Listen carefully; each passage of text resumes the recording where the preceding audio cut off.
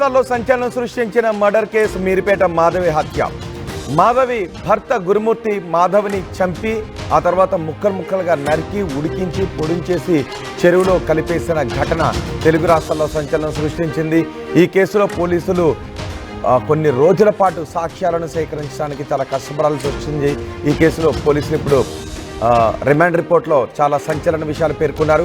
మాధవిని గురుమూర్తి ఒక్కడే చంపలేదు అని పోలీసులు అనుమానాలు వ్యక్తం చేస్తున్నారు. గురుమూర్తి చెప్తున్నాడు మాధవిని నేను ఒక్కడనే చంపాను అని చెప్తున్నాడు. ఆ రోజు సినిమాకి తీసుకువెళ్ళాడు, తర్వాత ఇంటికి తీసుకొచ్చి గొడవ జరిగింది. గొడవ జరిగిన తర్వాత మాధవిని కొట్టాడు. మాధవి చనిపోయిన తర్వాత ముక్కలుగా నరికి ఆ తర్వాత బకెట్లో ఉడకబెట్టి కుక్కర్లో కూడా ఉడికించి ఆ తర్వాత పొడించేసి చెరువులో పడేశాను అని చెప్తున్నాడు గురుమూర్తి. తను ఒక్కరినే ఈ పని చేశానని చెప్తున్నాడు.